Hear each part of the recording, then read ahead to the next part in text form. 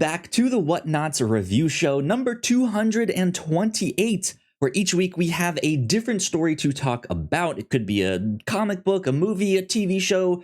We read it, we watch it, we come back here and we talk about it. My name is Kyle Springer and I am joined by Melissa Wilkinson. Melissa, Hello. How's it going? I've been good. I baked a cake this weekend. And today is cake frosting day. Cake frosting day. So is that like the pro tip there? Because I know you like to bake and do stuff like that. I've always like heated up the icing to make it softer and do it that way. That way I don't have to like wait a day. But is the pro tip to actually like let the cake sit? And then Are you talking about how you take the like tub of frosting and you put it in the microwave? yeah. I don't know. I have not worked with tubbed frosting in quite some time.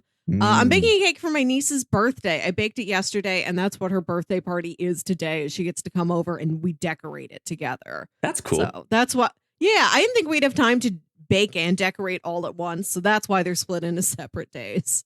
But it is easier to decorate on a cold cake. Cool. Good to know. Good to know. I am not getting involved in cakes this weekend. But later today, I'm actually going to the opening night of the Oklahoma City Thunder, the basketball team that they have here, the NBA team. We got tickets to go see that game. So that's what we're doing this evening. Should be a lot of fun. I look forward to a report on the stadium snacks. Yeah, indeed. Absolutely. But we are not here to talk about cakes or basketball or all sorts of stuff like that. It has been spooky month here on the review show. So we are covering all sorts of different horror movies and TV shows and comics, all sorts of stuff all the time, all this month. We've done some Junji Ito. We have we've done some movies. We've had a blast so far. Yeah, it's been a good year. Good selection of pitches this year. Not that we've had bad ones in the past, but sometimes you watch a movie that ends up being more sad than it is scary.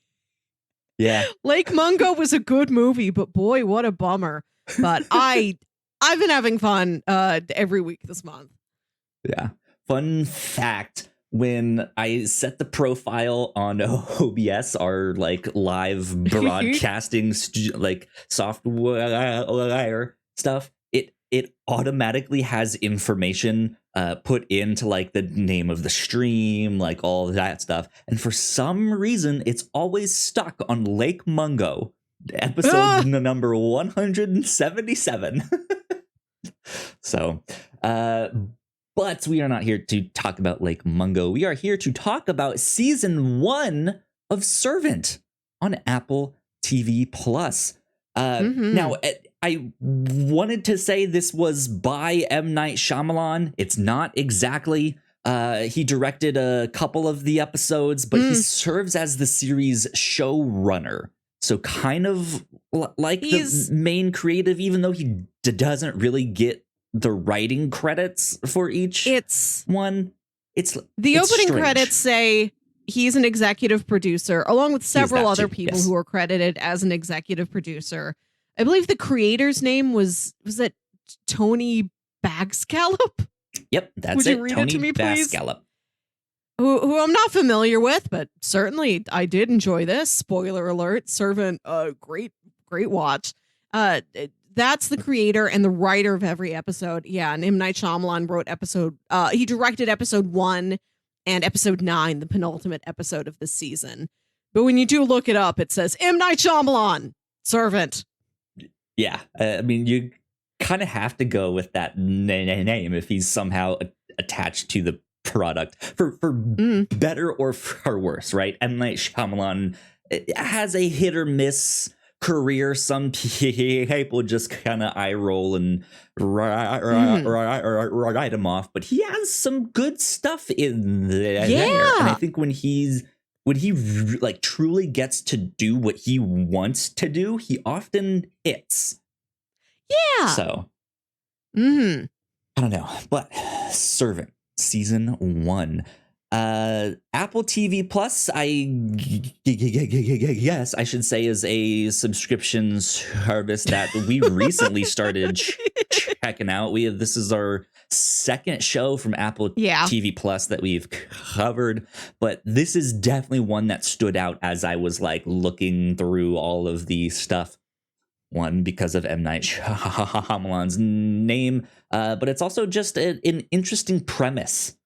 Right, like you don't see like it. So the premise of this show is that a family has lost their baby. It passed away when I think it was like 13 weeks old. And the family, the mother went into a catatonic state, and the only thing to get her out of that was this like reborn doll, this very lifelike looking doll, to which she could kind of acclimate to, like, oh, that's my child, but eventually be like, oh no, that's not, that's just a doll. And as she still thinks that that's her child, the family hires a live-in nanny, basically a servant, to help them around the house. And things get weird with the servant, and then things get weird with the family. So it's just one thing after another with this show. But creepy doll horror is like you have Chucky. Right, you have the like ventriloquist dolls out there that you see, but I don't feel like I've seen a show like with this kind of like creepy doll horror, if that makes sense. Yeah, creepy doll is in the realm of film. There is a Chucky TV show on now, maybe in its second season, but interesting. Yeah, maybe at the time Servant came out, it was the name in creepy dolls on television. There you go. The #1 creepy doll television show in America. So I have been wanting to check this out, and of course, Spooky Month is the perfect time to do that. But yeah, now that we've watched season 1, Melissa, what are your thoughts on Servant? I was really impressed. The show is not what I thought it was in a really great way.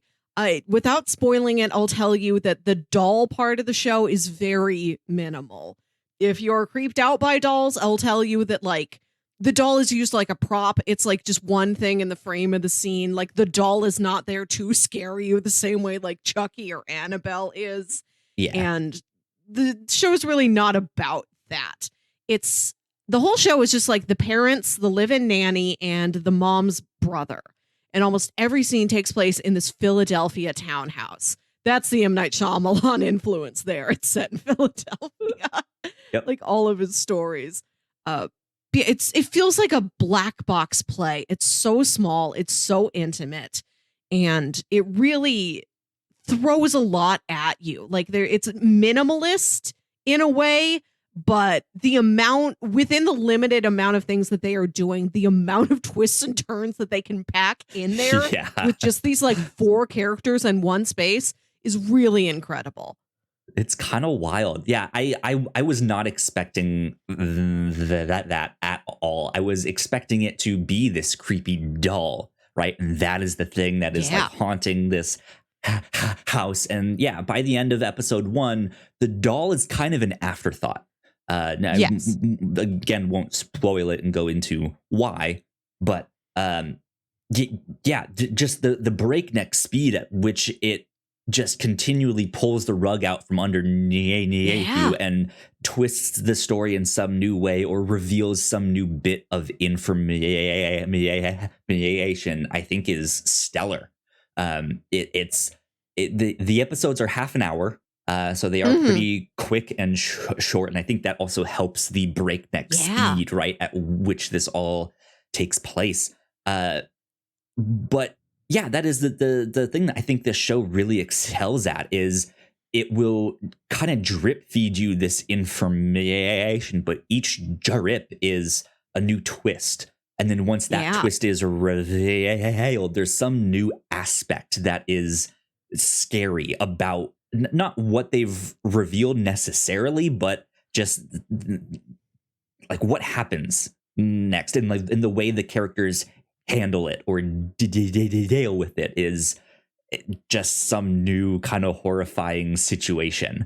There are some good mysteries.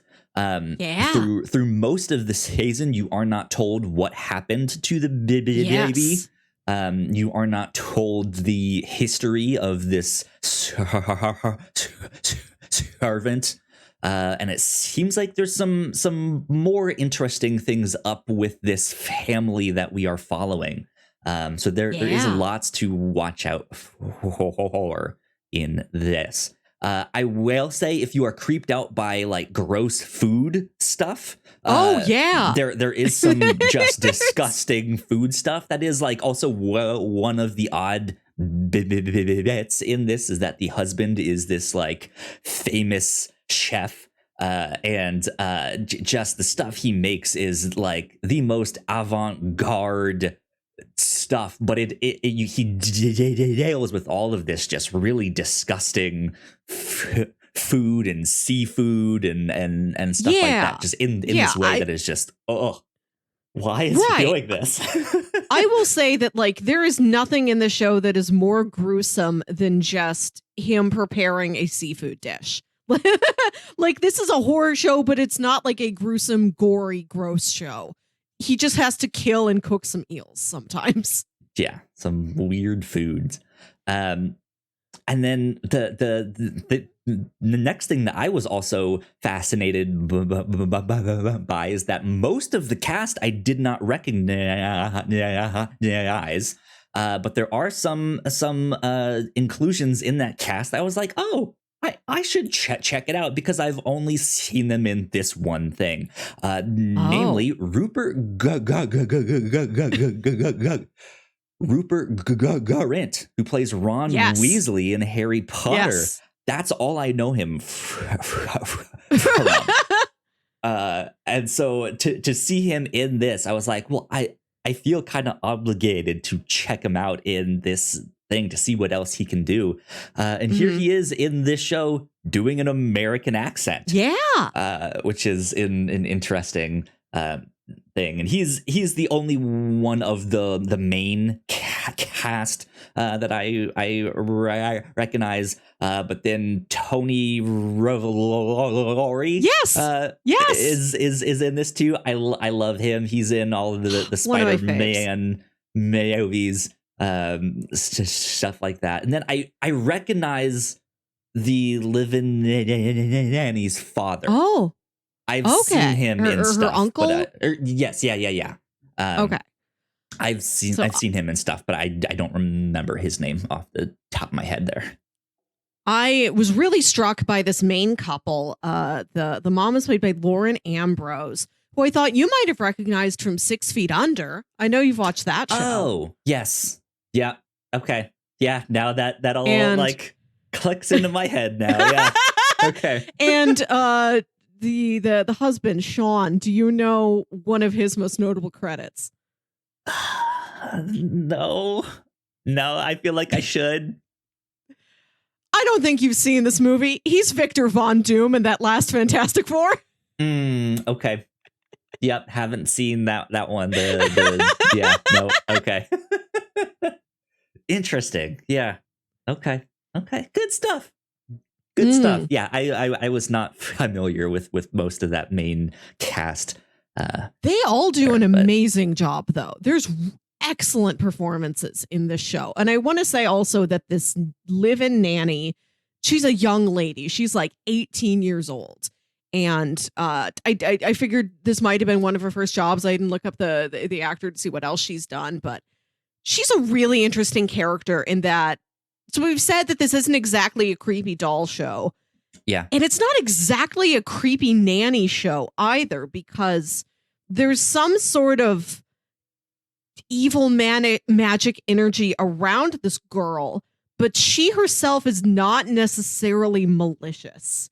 Right. She really is trying to be a good nanny and help her to this family while all this weird stuff is happening.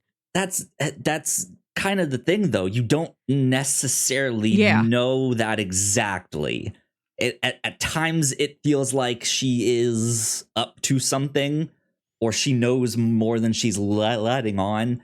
But there are times where it feels like she is just trying to help out the family and do do some good. Let me see. I'm looking up her Wikipedia page here. Her name is Nell Tiger Free. She's a British actress known for Servant, as well as seasons 5 and 6 of the television series Game of Thrones, replacing Amy Richardson. I don't know who that is. She also Game of played, Thrones, big blind spot for me. Yeah.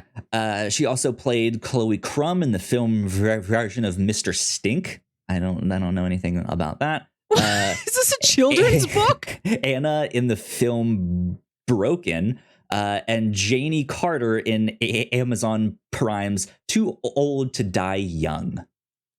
So, all right, there you go. She's working. Yeah, good. She has some stuff, but she is a very young actress. So, there you go.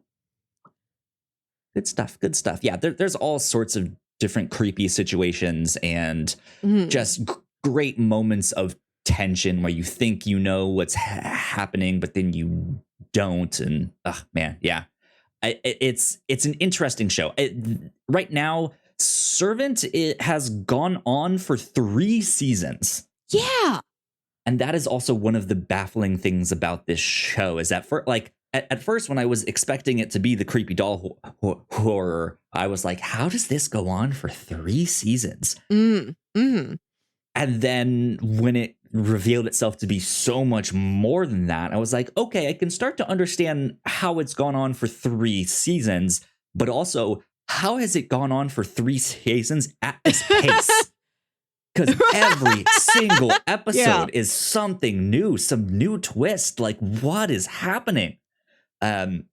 So I am interested in checking out to see where this goes and what happens here. A couple episodes into season 1, I was thinking if the show wanted to be a 1-season limited series, it very well could be. It seems like there's the cast is so small. There's not a lot of extraneous plot threads that need to be tied up before a finale. But then you get to the finale and you're like, yeah, there's a lot more that I need to know. This is a show I'm definitely going to keep watching. Yeah. But once I got to that season 1 finale, it's like, I have to stop here until I've recorded the podcast episode. I can't be bringing season 2 into this. Absolutely. The last thing I will say is that as of December 2021, ahead of the premiere of the 3rd season, it was renewed for a 4th and final season. Okay. So the 4th one will be the last one. So there you go. That is our spoiler-free thoughts on Servant Season 1. We will take a quick break, and when we come back, we will dive into the show a little bit more in depth. So we will be right back. We put a lot of hard work into the shows that we make, and yes, we make multiple different shows here at the Whatnauts, and we'd love it if you check them all out. You can find out more information on our website at thewhatnauts.com, as well as your favorite podcasting platform of choice. When you type in the Whatnauts, all of our shows will pop up right there. Just don't forget to give us a nice rating and review if you like the shows. If you want to support what we do here at The Whatnauts, patreon.com/The Whatnauts is the best place to do that. You can support us for as little as $1 a month. You can get all kinds of exclusive content at the $3 tier.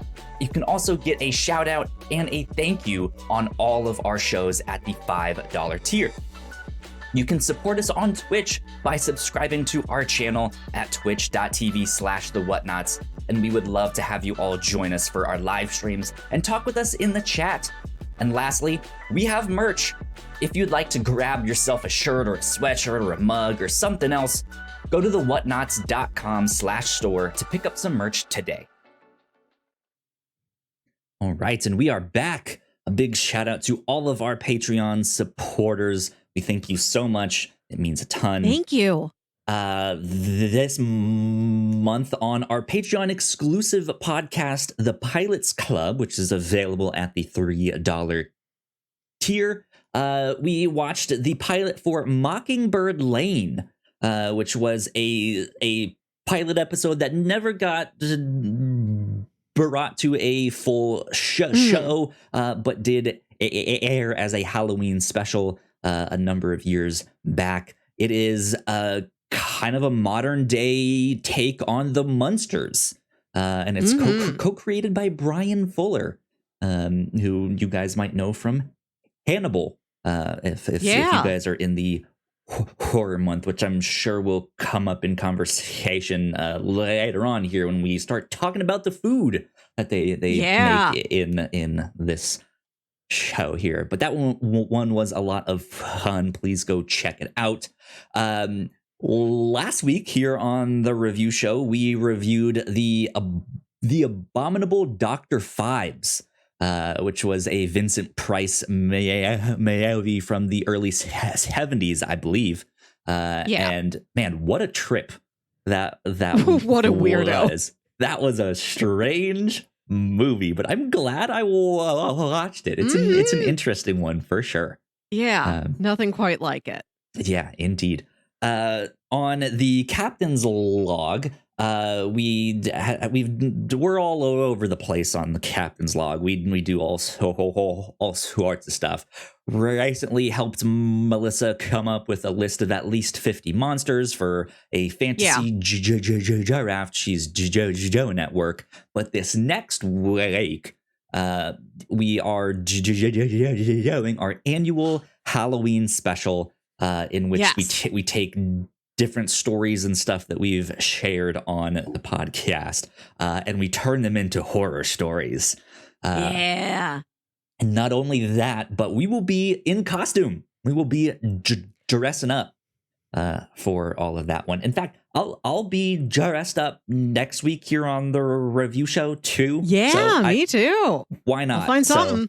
Yeah, exactly. So we will be in costume, which is another reason to go check us out on YouTube and subscribe there. So that is it for housekeeping right now. So let's get into spoilers. Bam, there we go. Okay. Spoilers for sure. Yes. I think Melissa. we know where we have to start, which is that this girl, Leanne, is hired to be a nanny for a doll. Yeah. And of course she keeps up the act around the doll, but then as soon as the mother, Dorothy, leaves, the father, Sean, goes to her and says, all right, here's the story. Our son died. We used this doll to help snap my wife out of this catatonic grief state. We're waiting for her to sort of come back around. Until then, keep up appearances. But if she's not around, you can just go take the bus into town, go do whatever you want. And she's like, oh, no, I like the baby. I really like little Jericho. I'm going to pack him up in the stroller and take him for a walk. Like, she continues to treat this doll as if it is an absolutely real baby. Yeah. And then he does turn into a real baby. Yeah. Yeah. That like episode 1, like stinger, like at the end there when the baby monitor is on and he's just like preparing some food or something and he hears it is just chilling, right? It's just like, what the fuck? Because yeah, then it quickly becomes this like, wait, is something wrong with him too? Mhm. Like that was my first thought. Is this still the doll and they're just imagining it as a real Huh. baby? Which is something that is kind I want to say kind of answered in season 1. It is, but it Mhm. isn't, I feel like. To skip ahead a bit, they get the idea that Leanne has brought a different child into the house. Like this Mhm. is whether it's hers or someone else's, like they brought a different, like a new baby into the Mhm. house. But there's the scene with Julian, right? That he is like hanging, he's holding the doll because later on in the show it turns Yeah. back into a Yeah. doll.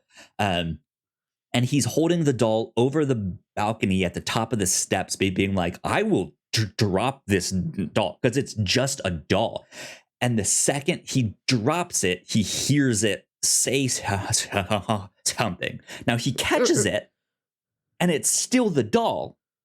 But then he thought the sound was like coming from the basement, but he's all the way at the top. So what, like, I don't understand exactly what's happening. They also thought that she brought this baby like packed in her luggage.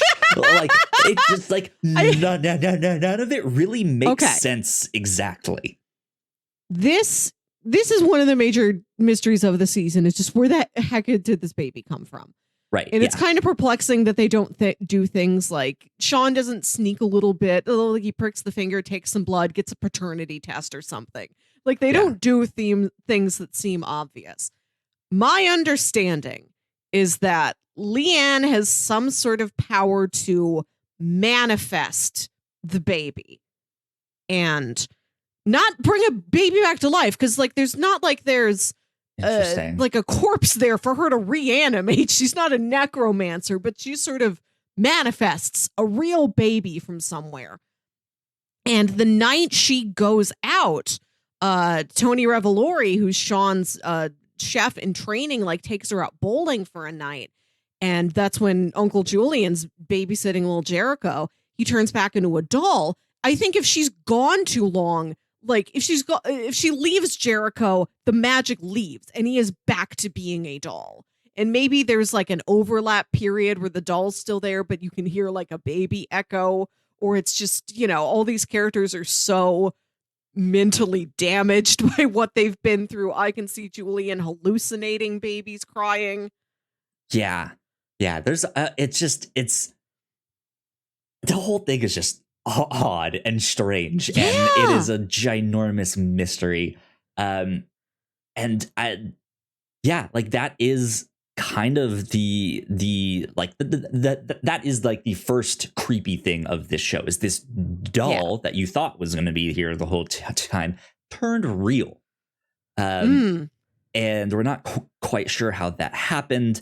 But then that brings into question the other characters, like their psychosis, how they're coping with all of the stuff. But then they immediately twist that again when the husband, the father is like, hey, brother-in-law, Julian, what the fuck? Like, it's a real baby. It's a real baby now. And he can see that it's a real baby too. So it's just like, wait, so it's not, okay, so it's not that they're like just hallucinating this. Like they've also gone crazy or something like that. And Leanne will like Leanne will like take Jericho out for walks and things. It seems like the neighbors don't react to, oh, that girl's pushing a doll around in a stroller. And like part of the story is that after the baby died, not only Dorothy's brother and her dad and her husband Sean and her like sort of a healthcare friend I forget her name. Personal masseuse or something like that. Right, the kinesiologist. Yeah. Like those are the only people who know we needed to replace our dead baby with a doll to kind of help her grieve and hopefully get her to the place where she can start to get back to normal. So, so like she'll take the baby out in the stroller, and I guess the neighbors are like, yeah, that's the same baby that's always lived in that house. Like, we don't know anything. I mean, it's basically a brand new baby, so it's not like they can be like, wait a minute, that's a different baby. He's fat in all the wrong places, right? That is also kind of the horror too, is like the upkeep of this lie of just like, we haven't told anyone what happened. We've dealt with this privately, and the mother is like, she reacted well to the doll in the sense that it got her out of this psychotic break, but she's not improving beyond that. She's not so she's now wanting to take the baby into work with her so that her coworkers can meet the baby. They want to do the official baptism of it. Like, she wants to start burning him out in public and all that stuff. And her husband and brother are both just like, I don't know about that. Maybe it's a little too soon. Like, I was sick yesterday. Maybe the baby's sick. Like, we don't need to like bring him out right now. You know, just trying to come up with these excuses to be like, not yet. Yeah. Let's not. Yeah, because they're like, because they don't know, like, is this a kidnapped baby? Like, do we have to give the baby back to whoever actually whose baby it is? Yeah. So I think that's a good. Do we go into talking about Leanne more, the nanny, or do we go into like Julian, who like what they're doing about this baby that just appeared? I want to talk about Leanne. She is fascinating. Cool. So she shows up as this like 18-year-old, like real sweet, real quiet, like churchy farm girl from Wisconsin who like somehow heard about this opening for a nanny and came to this house in Philadelphia.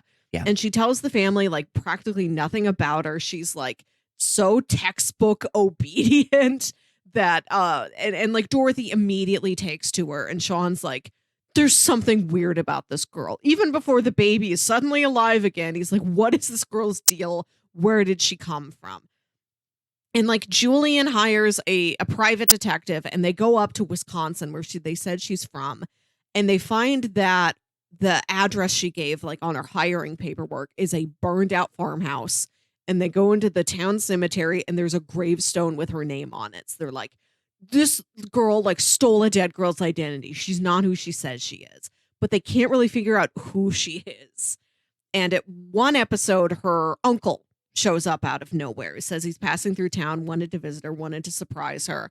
And she greets him very coldly. It seems like he's somebody she's been trying to get away from. And this uncle is like, he shows up in the rain, soaking wet, like no raincoat, no umbrella. He's wearing these like old shoes with like holes in them, with like his toes practically sticking out. When he gets in the house, he takes off his shoes. That's what everybody does. And his feet are like covered in dirt.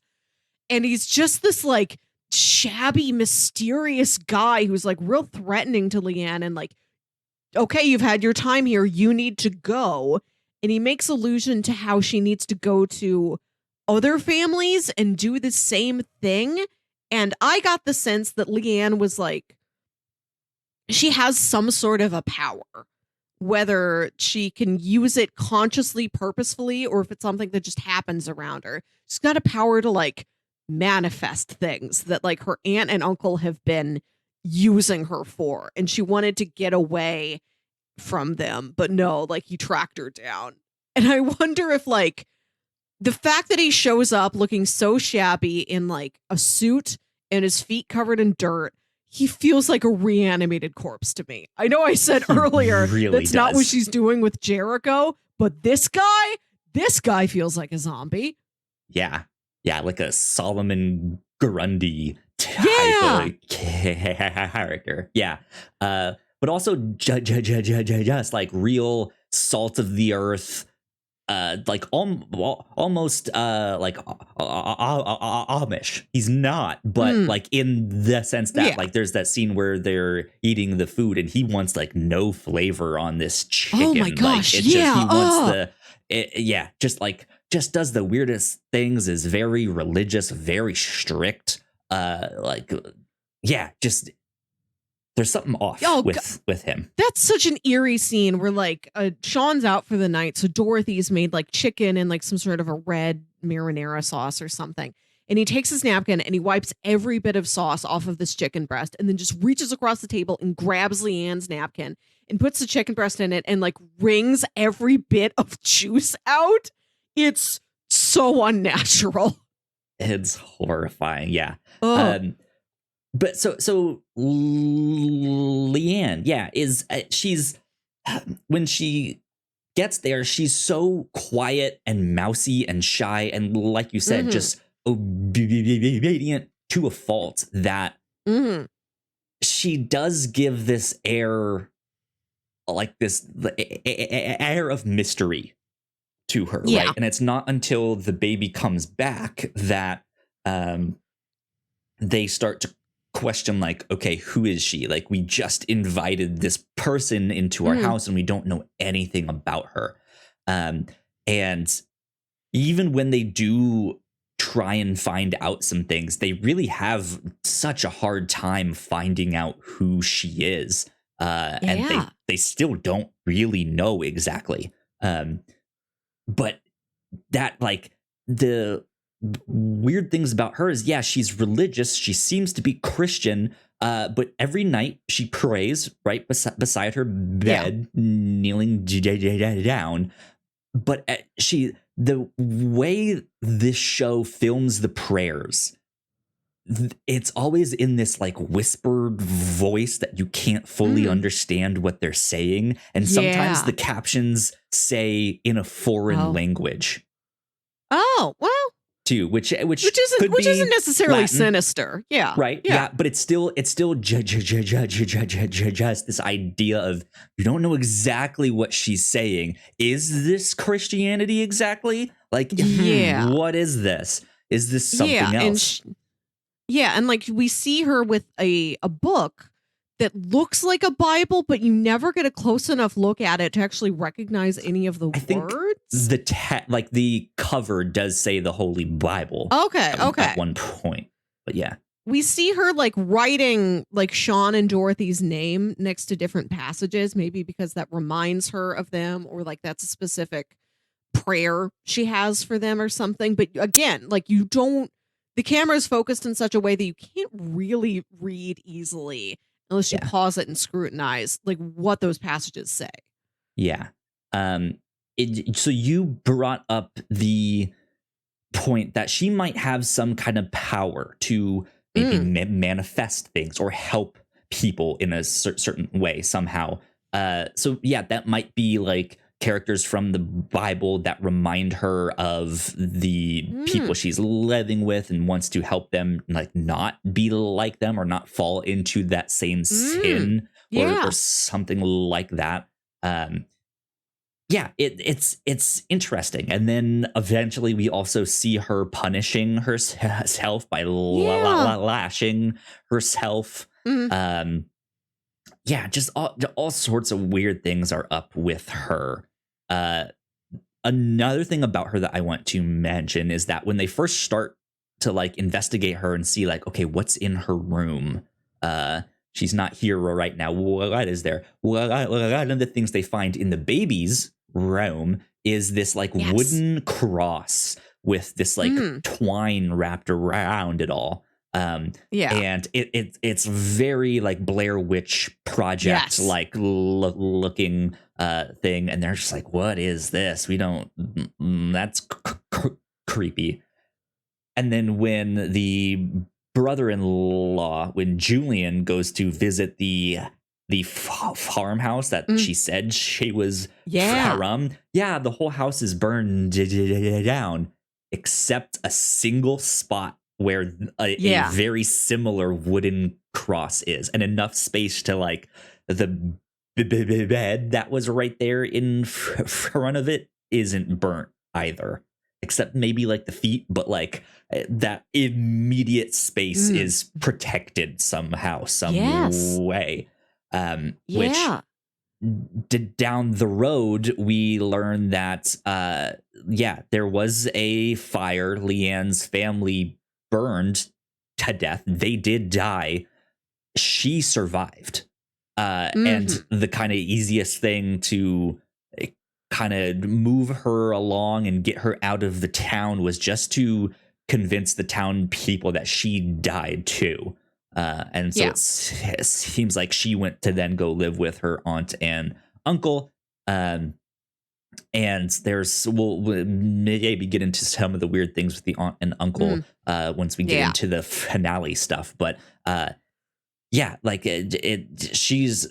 she also seems to be a product of this lie that was kept secret and just turned out differently. It's kind of like a mirror to this other family, right? Where she is the surviving child rather than the one that did not survive. But yeah, it just weird things all around with that. I want to talk about Julian really quickly here because he's weird too. Okay. He has this, not in a magic way. He has no magical powers. He's kind of a douchebag. I wonder if he has some kind of military stuff that didn't go well. Because he seems like he would be the type to sign up and do that stuff. And he always seems to be like, hey, I know a guy that has connections in the, like, he seems to be connected in the ways that you see like ex-military people. Like, I know a private detective. I know a security guy. Like, I'm not sure. They haven't said that exactly, but that's the vibe that I get from him, that maybe he was and then maybe got discharged or something like that, or it didn't work out, or he wanted to be but did not, because the father also, like, his father also seems kind of like maybe had a military career, like in the sense that he does not mince his words. He's stern and straight to the point. But I don't know. That's a really interesting theory. I think what we know about Julian is that he's very well dressed, and seems like he's got some like high paying job in the city. We never learn what it is. I think there's like in the first or second episode, Sean calls him and he just makes a comment about, you picked a really bad day to do this. Like, he's got something going on professionally. We have no clue what Julian does for a living. I wish I knew. And he's a heavy drinker and he does some drugs.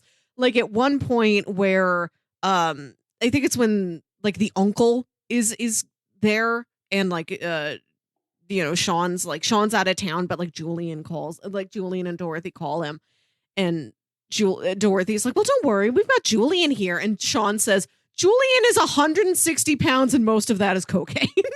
Yeah. So I'm feeling like he's this like drugged up businessman, and maybe it's like through his drug lifestyle that he knows people. And like the private investigator he hires is like a human resources manager who just has a PI license and does that on the side. Yeah.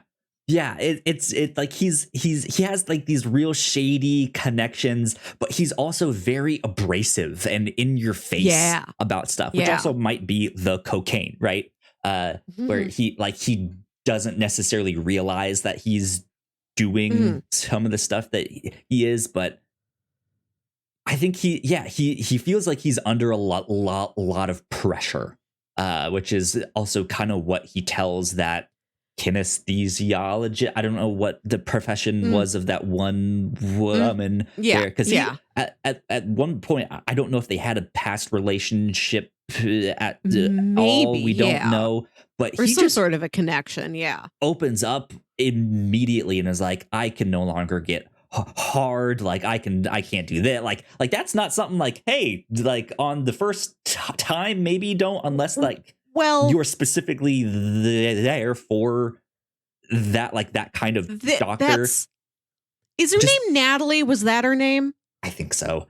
Well, she was like the only other person who knows what this family went through. And it said that like Julian was the first person to find the dead baby. And it takes a while for the show to tell you exactly what happened. But like he's been traumatized by that. And he's been sort of always there for his sister. We learned that like their mom died when they were pretty young. Like he's sort of been the person who's always like stepping up, taking care of things. And then especially like after his nephew died, like, finding the body, being the secret keeper, being like the only person that Sean can confide in. Like he just is under a lot of pressure. And he's like, I barely eat. I barely sleep. Like I am a wreck. Yeah. Yeah. He is a wreck, but he's also just an asshole too. So none of these characters are like, I kind of like that they're not all the nicest people, right? Like, Sean is very critical, like very stubborn, very opinionated, and Dorothy's scenes when he's on the like Top Chef style like food show, and he's one of he is just ripping their hearts out. Oh yeah, God, he is so mean on that show. Yeah, but yeah, and Dorothy's like very self-centered. Like she's got all these DVDs. She's a newscaster. She's a reporter, and she's got all these DVDs of her past news reports.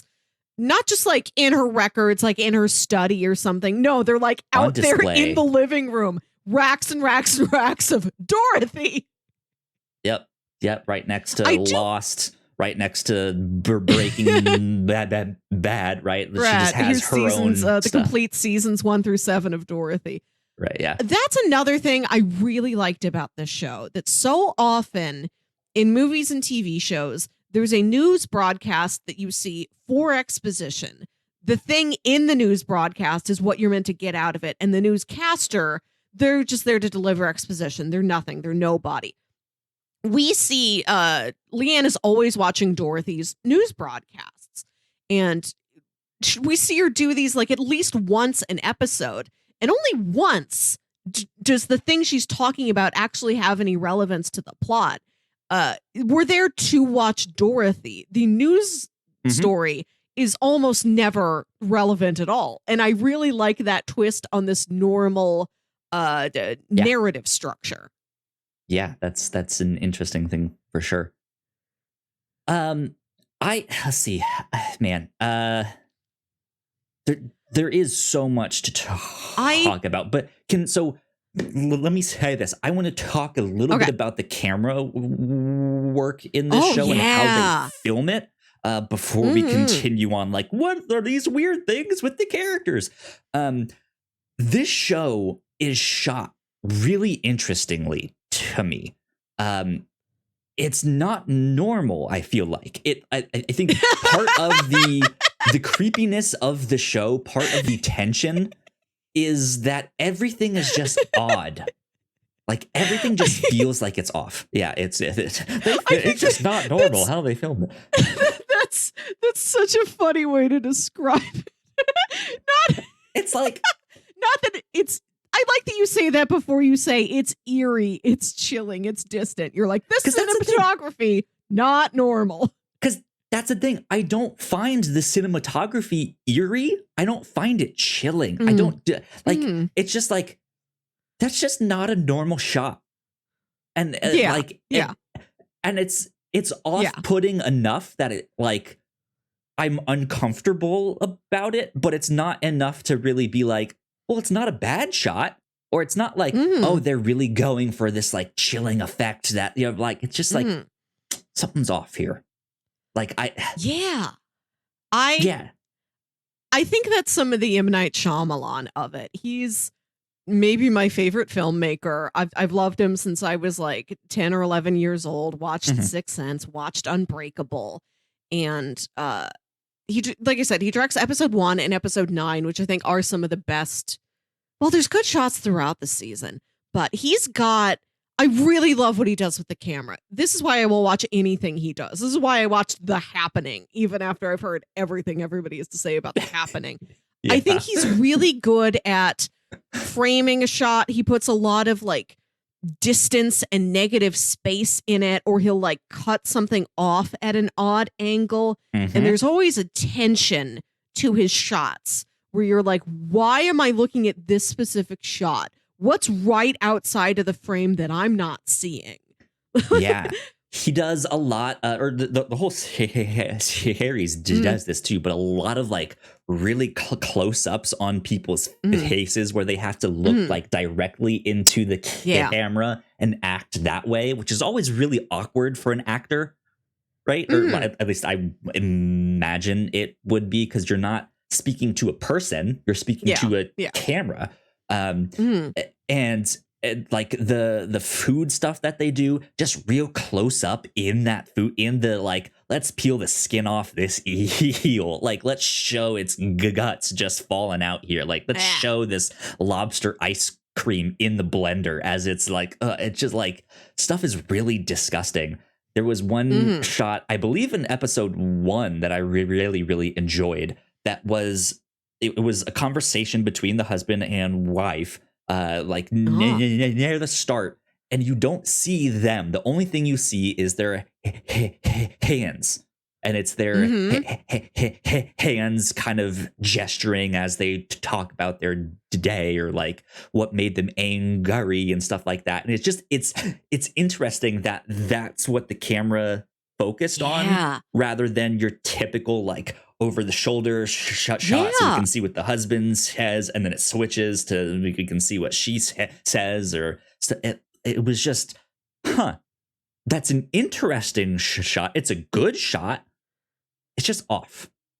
Like, why are they cut out of the frame? Like, that was my first thought of just like, why are they cut out here? Why are we focusing on the hands? That's something Knight does. That's something I do enjoy. There's a shot from the first episode I really like, which is when Julian first comes over, and him and Sean are like drinking buddies, and they're having like something and tonic, and there's like a bottle of like seltzer there, and it's just, and the scene is just like the tabletop, a real close shot on the tabletop where it's like the bottles, the glasses in their hands. And it's just Julian repeatedly taking shots and like pumping seltzer into his glass. And it's this like abrasive noise. He keeps doing it. I think that's how you're introduced to Julian. Like, he's been mentioned, but this might be the first time you're seeing him. And he's just this like slams his obnoxious, cup hard drinking. So how hot hot is the nanny sort of guy? Yeah. Which is like, it's not just the camera work in this show. Everything about the show is odd, just slightly off. Like, I think the performances in this show too are good, but again, they're just off a little bit. And it's both the direction they took the characters in, it's the scripting, it's how long it takes them to respond to the way they respond to certain things. Like, things just seem awkward. In a way that maybe they wouldn't necessarily, but things are strained, so you can kind of, wave your hand to be like, okay, I can see why maybe they would react this way instead, or say this one thing instead. But it's also, like when we get introduced to the uncle, this like reanimated corpse guy, or at least who we think is, it is just like, he is just soaking wet. He's just sopping wet. He takes that step inside where it only shows his feet, and just like the water like seeping out of his shoes there is just like, what a great shot. But it's just odd. Like, what? Like, it's just like it accentuates the grossness like of this character. Like, there's all these little small things in this show that is just like, how creepy is this? How scary is this? How disgusting is this? And that's what the show chooses to highlight, even if it's not a plot point, right? Right. And I like that they are highlighting these things that have sort of a visceral impact on you when they aren't traditional horror gore. It is things like Sean cooking in the kitchen, or like just the water seeping out of this man's like soaking wet holy old shoes. Yeah. Like very physical, tactile, sensational things that aren't blood and guts. And the penultimate episode, which is a flashback episode where you learn how the original baby Jericho died. That is one of the tensest episodes of television I have ever seen. And Yeah, because the one before it is when Julian finally starts to confess all of the stuff that happened to Leanne. So the implication is that, okay, next time you're gonna learn what happened, and you're on the edge of your seat from that moment. Right. Like, okay, what happened? Because they haven't told us how the baby died this entire show, and it seems to be a mystery. There was at one point I was like, I feel like the husband and the brother-in-law, Sean and Jolien, I think they're covering something up. I think they maybe did something, or like, do they sell drugs on the side? Like, if there's something about them that we don't know yet. And so, you go into the penultimate one, being like, what happened to this baby? And it's just it's not silent per se, but it follows Leanne and the baby or as Dorothy. As she just is going about her daily routine with the baby, right? Goes to the store, picks up groceries, does this, gets in the car, gets out of the car, gets back in the car, gets out of the car. And you can tell, just like as the days go by, she's just getting more and more exhausted, more and more tired. The baby's crying again. All right, I need to go check in or feed him or something like that. And it builds the tension, because it's like, she's about to break. What happened? Did she kill the baby? Like, did she murder the baby? Like, did something happen? Like, you don't know. You're the whole time, your mind is just racing. It is so tense. And then you almost don't even notice it at first. When she brings in the stuff, she leaves the door open to be like, okay, she has more stuff, and then just gets caught up with the next thing. And you're like, wait, she didn't bring the baby in on the first trip. You're like, oh shit, the baby's still in the car. Oh fuck. Like, and then she's sitting there like checking the baby monitor. Yeah, it's still on. Huh. Okay. I guess it's just asleep. And you're just like, no, Leanne, or what's her name? Like, Dorothy, what are you doing? Like, go. This, because she's all alone. This is when Sean, who normally like works out of the home, is like a recipe tester. He's going off to LA to like film this Top Chef sort of show. So she's alone with the baby. And it's like the dead of summer. It's so hot. And the way these are shot, like, and whenever she's outside, it's like so over brightened that like all of the contrast is blown out. There's there's hardly any like black in the frame. Like every shadow is like over highlighted. It looks hot. Yeah. And it's like she had the break before she even realized the baby was dead. Like we see her like bring in the groceries and then leave the door open. Like she's like, okay, the handful of groceries. Now I'm going to go back out. I'm going to get Jericho. It's just going to take a minute. She just keeps going about her day like normal. And she's acting as if he is right there. Like we see her go into the nursery and like hook up a fan, plug in the fan, make sure the fan's working, check the baby monitor. But like she thinks she like already put him in the crib. She skipped like so many steps in her mind. Like, he's up there, he's asleep.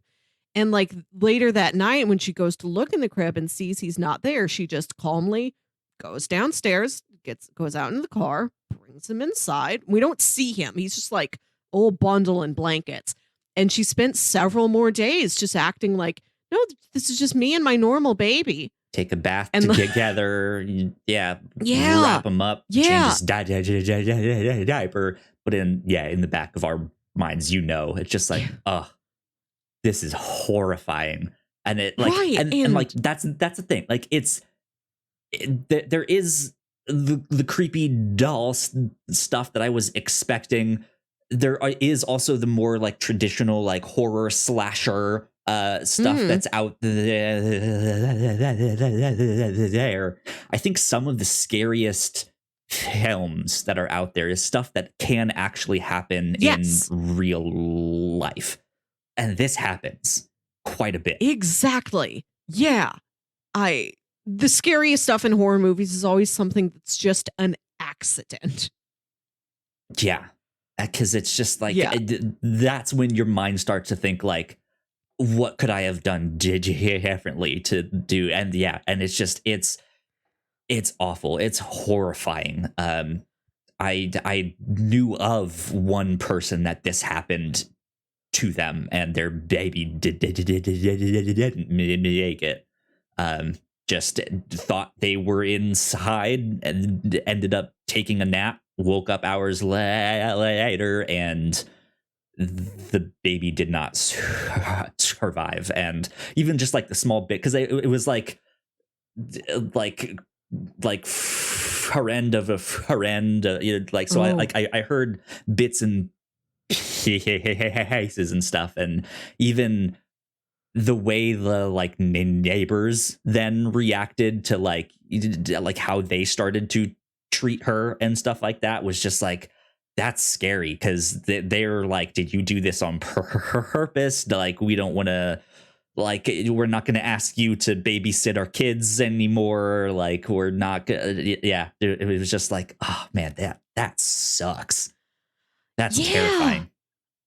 And the effect that it has on Leanne, who genuinely like loves baby Jericho and really looks up to Dorothy, which is a very fascinating twist that happens, where we learn that, after her family, after her parents died in that farmhouse fire, her aunt and uncle like took her to live over here. When she's real little, she's in a local pageant that Dorothy is covering, and Dorothy talked to her for a minute on the news.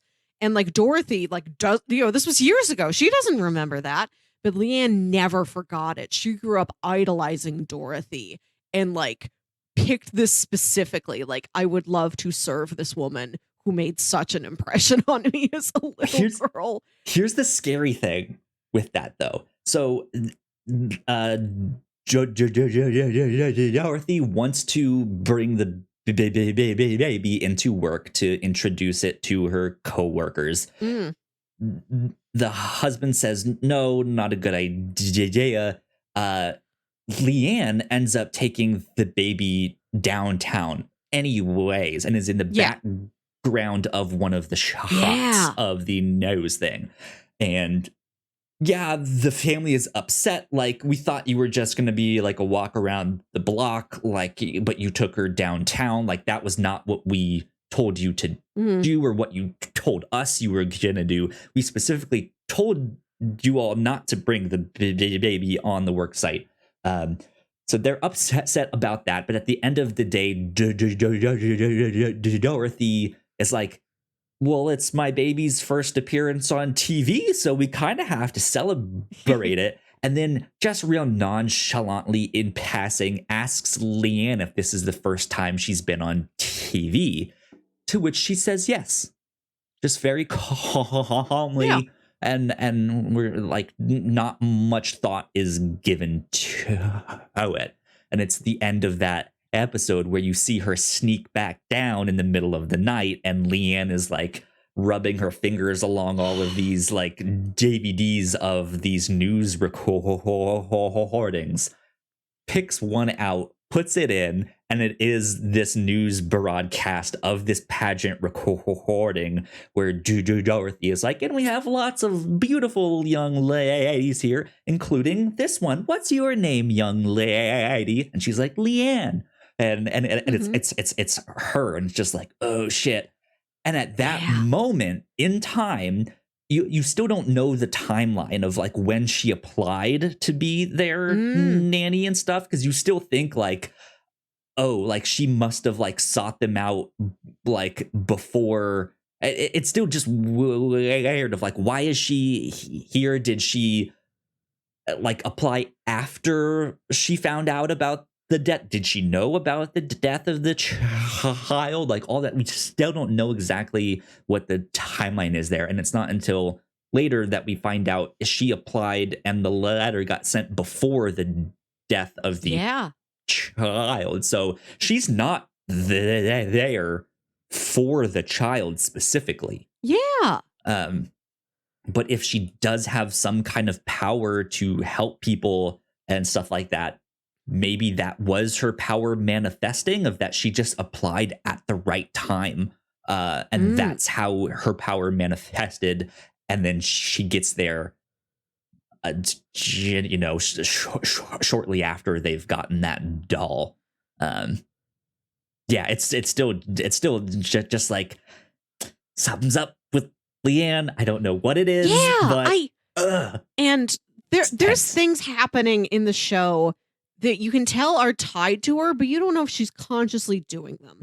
Right. Like she's got that Blair Witch cross hung up in the window over Jericho's bed, and Dorothy's like, okay, you know, we're not really religious, but if she is, and you know, she cares for her son and wants him to be protected by God, okay, you know, if that what makes her job easier, that's fine. But Sean's like, no, this is weird. And he like takes the thing and he breaks it and he throws it away. And then he like just gets a splinter on his foot off of like the hardwood floors, a rough splinter. And then he's like plagued by splinters from places that they're not supposed to come from. He like chokes one up out of his throat one day.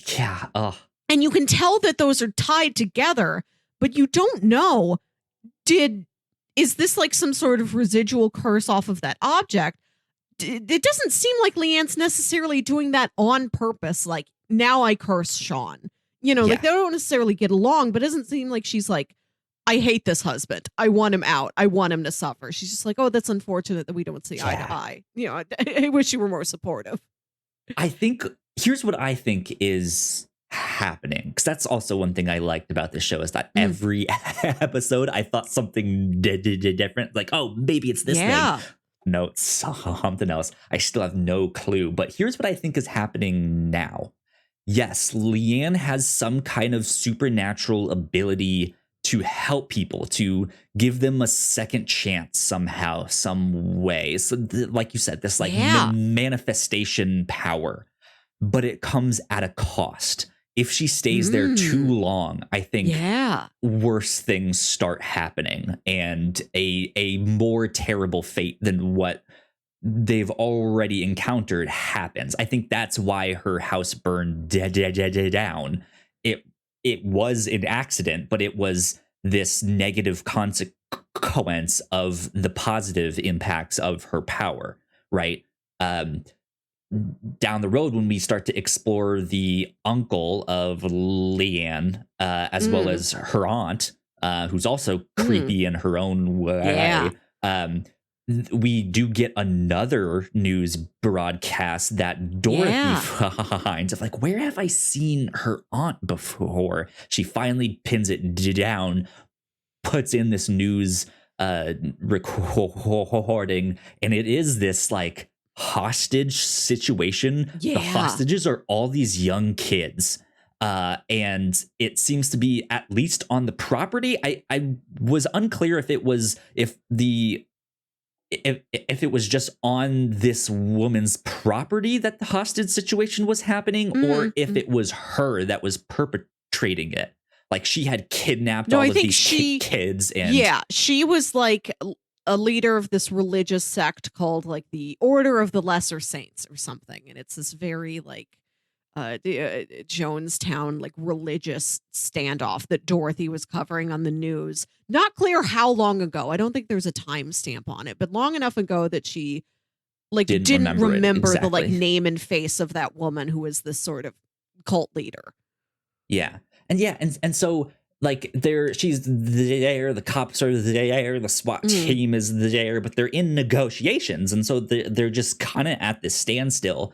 And then all of a sudden there's this explosion in the building where all the hostages are.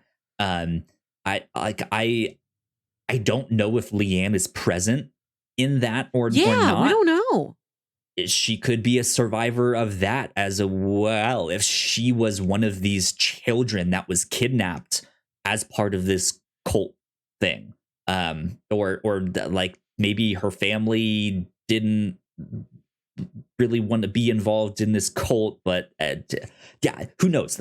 There's still a whole bunch of mystery with that, but we know something bad happened, and so I'm wondering if Leanne was present in that room and it had just been living with her aunt and uncle for so long that something bad happened, and it was this explosion and killed all the rest of the kids. The other weird thing with the aunt and uncle and their weird creepy religious cult thing is when they finally in the finale convince Leanne to, or I think it might be the penultimate one, when they finally convince her to leave this family, and she tries to leave in the middle of the night, and there's just all these other people out there, like just kind of like waiting for her and like parting like the Red Sea and all other adults. Moses. Yeah, there's nobody her age or younger, and it is also, I feel like they fit in with the uncle. They all look disheveled and dirty and stuff. So are they actually there? Are they real? Are they ghosts somehow? Are they like, are they real people? Are these the other members of their cult? But they do this like big weird group hug like in the middle of the street. And then one second they're there, a cop is patrolling by, thinks he sees them, backs up and looks, and they're gone. That's eerie. It's just like, what is going on? Right. And like, even at the most mundane, the answer is that these people have got incredible attention to detail. Like, they spotted the cop driving past at the end of the block and then all immediately silently scattered. Like, even if it's just, oh, they're that well organized and well trained, that's still scary. That's still a threat. Right. Yeah. I don't know. It's just, the whole thing is creepy. The whole thing is off. One of the other things, I have one quick thing that I want to mention. The character of Wendy, right? I think that was her name. The Asian girl with the white hair that is the babysitter of the other kid. Maybe, yeah. I know what you're talking about, but I don't remember, because like it's her and like the kid, and I don't remember whose name is which. Yeah. Yeah. She is there because it seems like Roper, or not, his character. Roscoe, the PI. Well, yeah, Roscoe and Julian have kind of like hired her to get like an inside of the thing. She's there at the baptism party too. Right? Why is she there if she's just some hired, like some rando? Like, doesn't know the family, is not actually babysitting the kid from down the street there. Like, and then there's that weird scene where I don't know his name, the like commis chef, the chef in training. Oh yeah, Toby. Yeah, he sees her on the street and is like, Wendy, and she just completely like ignores him, and he's just like, okay, huh. And that's it. Like that. She's a mystery. Yeah. What is happening? Why is she there? What is going on? Right. And even if it's like Roscoe hires her to just be like another local nanny, like get a girl from somewhere, plant yourselves on a stoop and just be like, hey, sorry, we got locked out of our house. The locksmith won't be here for a couple hours. It's all right if we just come inside for a little bit. And of course, Leanne will reach out to a fellow nanny and be like, yes, you may come in. And then she uses that as an opportunity to like get dirt on Leanne, look around the place.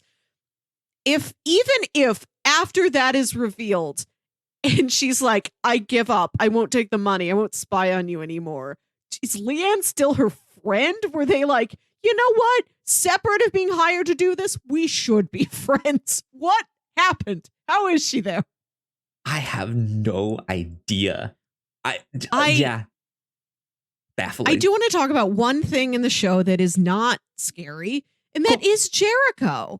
Yeah. Like the scary thing is the fact that he's there at all, but like nothing weird happens around him. It doesn't seem like he is evil. Like there's any weird magic, like magic maybe brought him there, but him by himself, just a little baby boy, he seems innocent. He seems good. The baby is never used for horror. He is not a creepy baby. I like that. Yeah. Yeah. And of course, good. Several more seasons, who knows what becomes of him. Maybe he does start having weird psychic moments. We don't know. But for right now, I like that the baby's just a baby.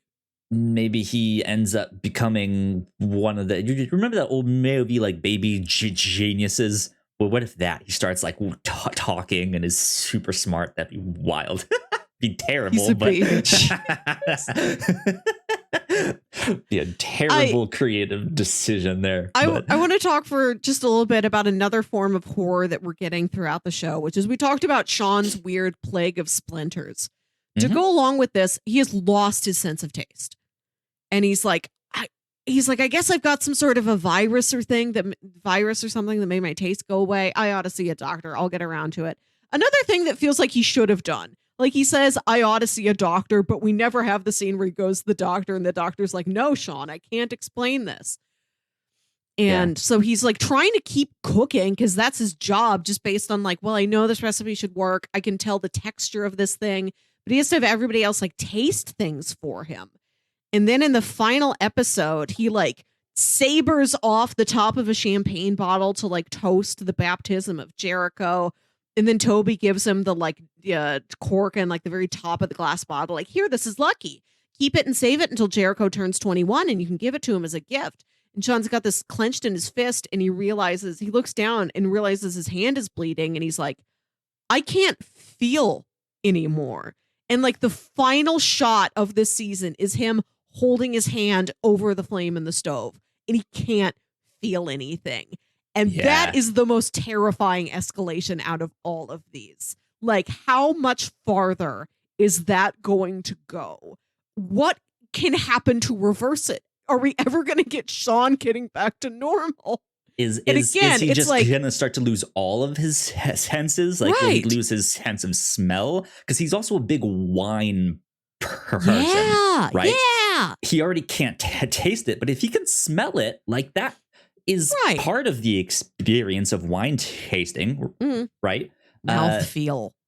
Yeah. So if he then loses that, if he loses his hearing and can't hear the baby, if he loses his sight and can't cook, like what is right? Like that's bad for him. Right. And again, we don't know. We can tell that this is some sort of punishment, but we don't know if Leanne is actively inflicting that punishment on him. And after Leanne knows the story of what happened to original baby Jericho, Dorothy gets like suddenly sick out of nowhere. Like her car alarm keeps going off in the morning. We can tell that this is a related punishment curse with her. And in that one scene where the alarm goes off, and she's sitting that there one, with the key, like, why won't this go off? You see Leanne up in the window with a duplicate key fob, turns it off. She starts to walk away, turns it back on, and she's like, what the fuck? Right, yeah. Like so there's some element to of mess with them. I think she's angry at like it's the like don't meet your heroes thing of like I idolized her growing up. She just seemed like the best, the most like so cool. She gets to be on TV and do all this stuff, and now I find out what she did. How dare she? Right, and yeah, it's creepy. But there's like, you can tell, okay, she's probably messing around with the car alarm as punishment for you left your baby in a car. How could you ever do that? I love Jericho. I am attentive to Jericho. How could you ever fail at that? I'm not even his mother, and look what I can do. Like, that's sort of the mindset she's in. And, but then like Dorothy gets sick, and it's like, there's no way, like, did you make Dorothy get sick? Like, what are the limits to what is Leanne specifically consciously doing, and what just like happens in conjunction with like her moods and the mysterious wills of the Blair Witch Cross? Yeah. And like there's so much. Like, that's one of the mysteries. That's one of the threats. Like, if she was consciously torturing Sean, maybe they could reach a point where she can say, okay, I forgive you. We're okay. The curse is canceled. But if it's some like more mysterious, ambiguous thing, like, how does he make peace with just the symbol of the Blair Witch Cross? I just thought of a couple other things about Leanne that are weird. She is very religious. Yeah. Right. Which is not the weird thing I was getting at. But she goes on that bowling date with Toby. And at the end of the date, they do the awkward, like, well, this is me. Yeah. I had a good night. And she gives him a kiss, and she kisses him on the cheek. He's kind of taken aback by that. And I think that like startles her, of just like, oh shit, I messed up, like I shouldn't have done that. And he's just like, no, wait, like it was fine, like I just wasn't expecting it, right? Like but there's that, and then on top of that, there's that one scene where Julian is grilling her, and she gets in his face and starts to get real sensual with him and grabs his crotch, and like it's just like, this is not what I expected. Because she's like seen Dorothy and Sean do that. And she's in this mode where she's like, monkey see, monkey do. She's just mimicking what she sees Dorothy do. Like, she does the exact same crotch grab on Julian that she saw Dorothy do on Sean. And this is when she's like putting on like Dorothy's jewelry and things. Right. She's like stepping into the shoes of her idol. Which is another thing that went through my mind at some point. I was like, is she trying to be Dorothy? Is she trying to like become her or replace her somehow, some way? Like that would be creepy too. But then I guess if she's feeling up Julian, the weird like brother sister thing would be strange. But that might have been a time when the show could have been served by having a couple additional people in it, or like introducing Toby slightly earlier. Yeah. It just is weird to just like, there's all these little small details about everything. Or just the fact that like she lives in a house with this chef, but and like if Dorothy and Sean specifically invite her, please sit down for dinner with us, Leanne. She'll eat whatever they're eating. But every night she just heats up a can of Campbell's tomato soup and makes a grilled cheese sandwich and carries them on this tray up to her room and watches like Dorothy's news while she eats her grilled cheese and her soup. And something about that is sinister. Something about the tray is sinister. It's classic Americana. Come on. Tomato soup, grilled cheese. Anyways, yeah, there is so much in this show, so many details to pull out, so many. It's such an rich. interesting mix. Yeah. Right, and that it is so minimal. It's so stripped down to be like, here's one setting, 4 characters, and a baby, and Tony Revolori sometimes. Yeah. But how much they get out of that setup.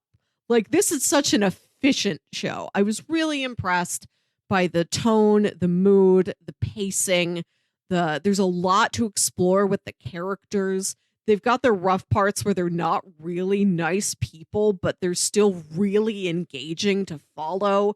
You still have empathy with them and the situation they went through. Yeah. I'm definitely going to watch the next 2 seasons. I got to know what the heck this turns into. Yeah, absolutely. Absolutely. Well, I think that is all we have to say on season Yeah. 1 of Servant. So let me pull up Bingo and see if we can do an update on this. I don't know if we Yeah. do.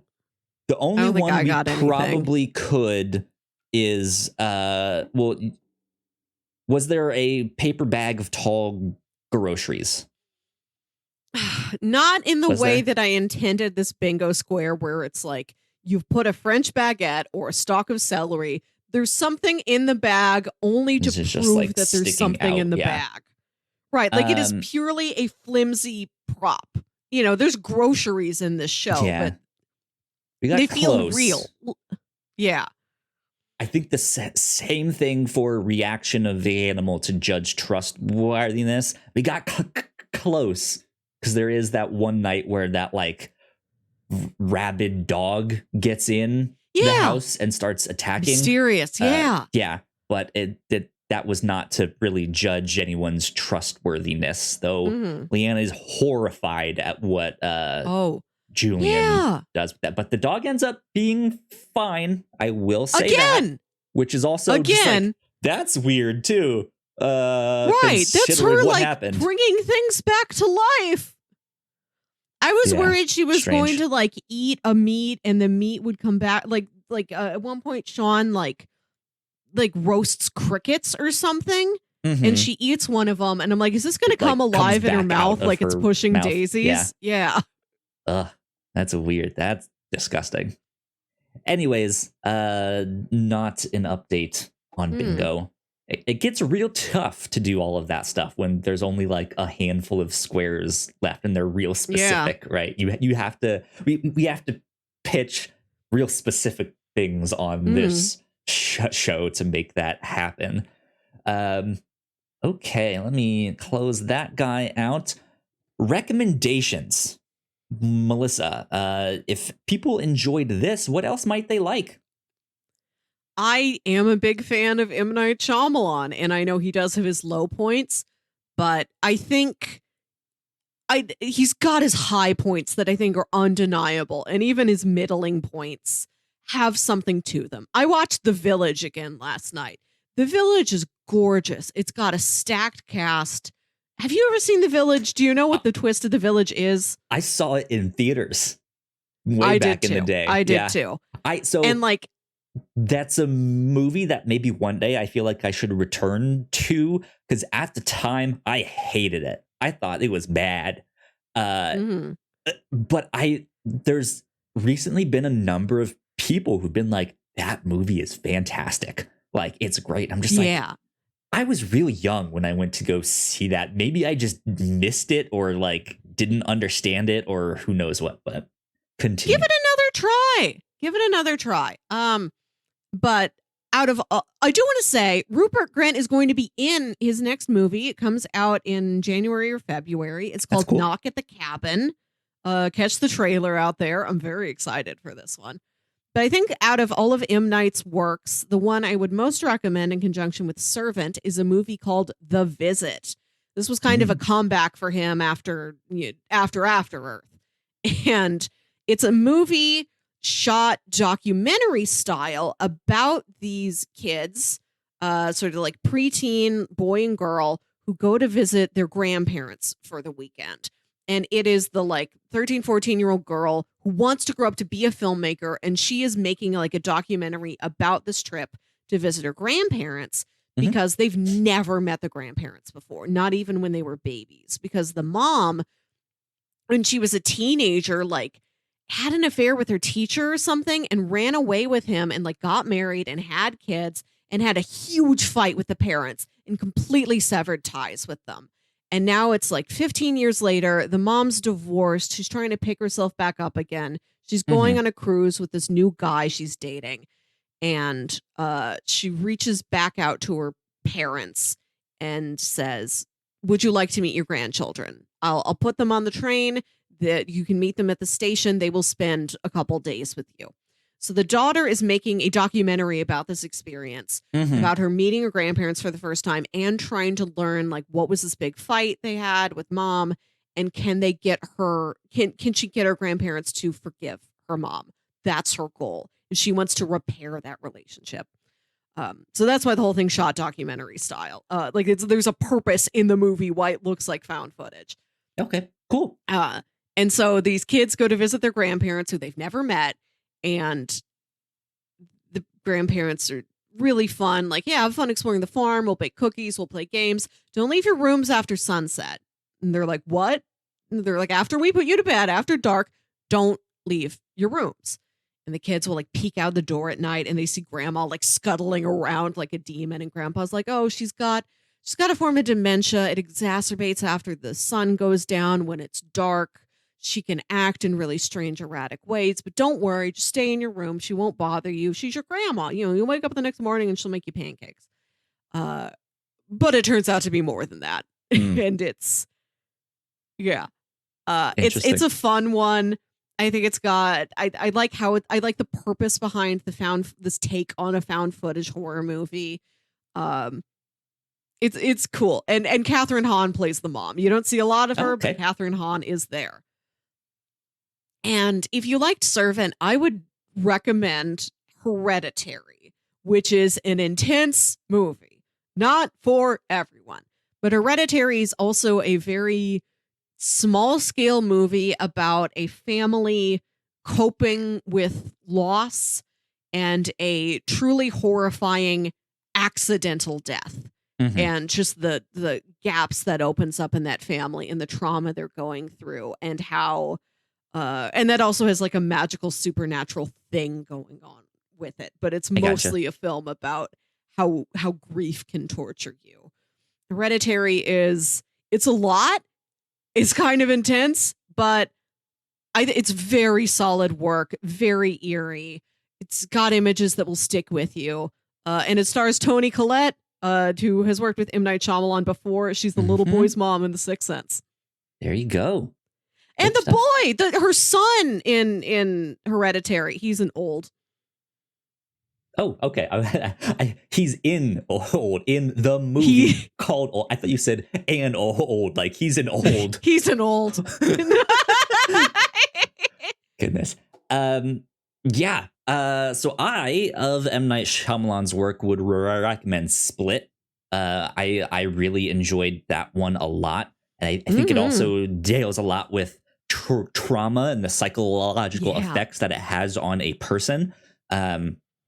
That is an interesting one for sure. I would also say Hannibal. Go check out Hannibal. I know we like to recommend that one a lot here on the review show. It's one of our favorites. We covered we covered the first season of Hannibal back in 2020 on number 126 of the review shows. You can go see all of that. In a similar way that this show does the like creepy, avant-garde, disgusting looking food stuff, that show does beautiful things with the food. But in the back of your mind, you know that like, oh, the meat that he's preparing is not the meat you think it is.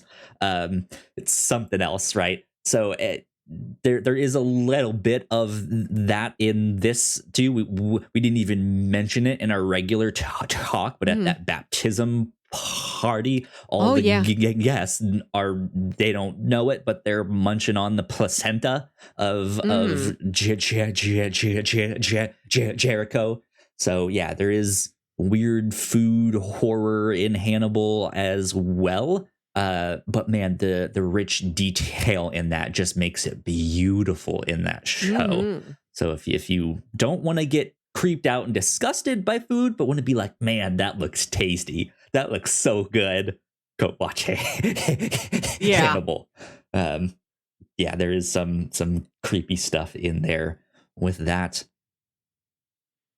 But beyond that, I don't. To be honest, this is a difficult one for me to recommend things because it goes in every direction with stuff. There was another show on Apple TV Plus that I really liked the first season of. God, let me see. Let me remember the name. I have it written down in my notes of everything that I've watched this year. Woohoo. TV shows. Let me see where. The show is called Surface. There's only one Oh. season out so far. I'm hoping it continues. The first season did end on a cliffhanger, but it is a more so a crime, crime story. But the premise is that this woman she has amnesia now, does not remember what happened to her, and everything that the people around her said that she tried to commit suicide, but she's starting to think that's not what happened. And so it is this crime story, also kind of horrific event stuff, right? Of her trying to make it through her everyday life while learning what happened, as well as learning to cope with what she thought happens and what she's being told is happening, all that stuff. And her digging into the mystery of what happened to her there. So very similar mystery in this show of what happened to the baby, what happened to this family, stuff like that. So that is what I would recommend if you liked Servant. So there you go. Good watch. Good stuff. Indeed. Next Melissa, week. Yeah, you got the last one here. This is, I'm not pitching you things. We're sort of, we came to an agreement about a special episode we would like to do here at the end of October for Halloween. We're going to be watching a selection of Twilight Zone episodes. Yeah. This is a very seminal, very influential show. We wanted a chance to talk about it, but it's with these older shows, they have 34 episode seasons. So just talking about season 1 doesn't really fit the format of the show, isn't really feasible. So you and I both picked 3 episodes each of the Twilight Zone. Yeah. Kind of like the format we've done in the past with our sitcom exchanges. Yes. But we both know the Twilight Zone. We're both bringing some selected episodes of Twilight Zone to the table. So Kyle, what episodes did you pick? I thought we should start out with the very first episode of the Twilight Zone, which is entitled "Where Is Everybody?" That's season 1, episode 1. I just thought that'd be a good place for us to start since it kicked off this show, and how that is indicative of the rest of the show going forward or something like that. One of my personal favorites, The Monsters Are Due on Maple Street, which is season 1, episode 22, if I'm not mistaken. And last but not least, another one of my personal favorites, one that thoroughly creeps me out. This one is called Long Distance Call, and that is season 2, episode 22. All right. I have not yet looked up the episode numbers for the episodes I picked, but I picked It's a Good Life, the one where the boy tortures an entire town and turns his dad into the Jack in the Box. An episode called The Howling Man, which is, I've only seen once. I don't think it's one of the more well-known Twilight Zone episodes, but it's shot really oddly. I dig it. I want to talk about it as kind of an outlier. Cool. And The After Hours, about a woman wandering around a closed department store covered in mannequins. Yeah. Good stuff indeed. Yeah, so that is what we will do for this next week.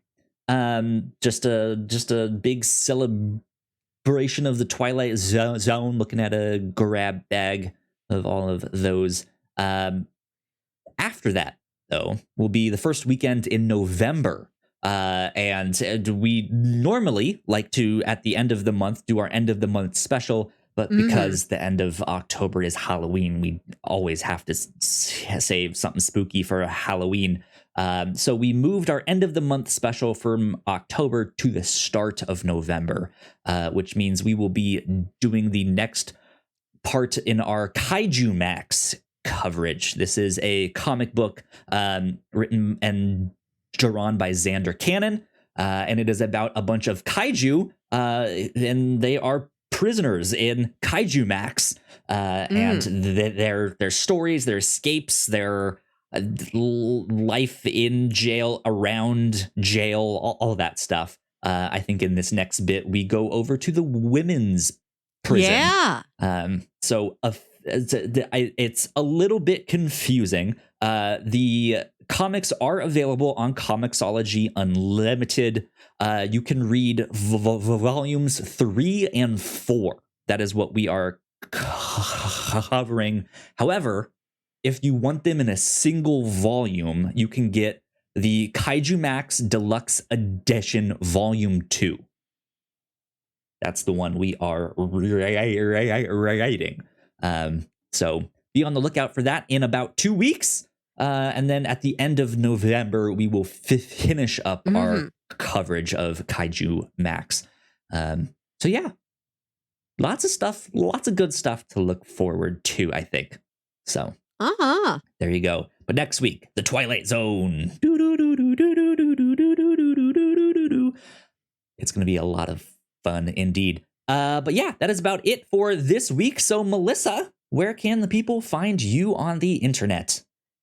You can find me on Twitter and Instagram at WilkyWit. That's WILKYWIT. And listen to my other podcast, Saturday Morning Obscurities. This is a show I co-host with my brother Jams, talking about weird old kid shows you feel like only you remember. And our latest episode for Halloween, we are talking about the new Addams Family, which was a 90s Addams Family TV reboot. That if you live here in America, you might have remembered it being on Fox Family, which then became ABC Family, which then became Freeform. Indeed. Good stuff. You guys can find me at Yo Kyle Springer. And if you guys would like to stay up to date with all of the stuff that we do here at the Whatnauts, we are at the Whatnauts on Twitter. So please go like, share, and subscribe. That would help us out a ton. If you're watching this on YouTube, we got more videos over there on that side. This has been number 228 of the Whatnauts review show. We will see you all next week in costume for our Halloween special. We'll see you then.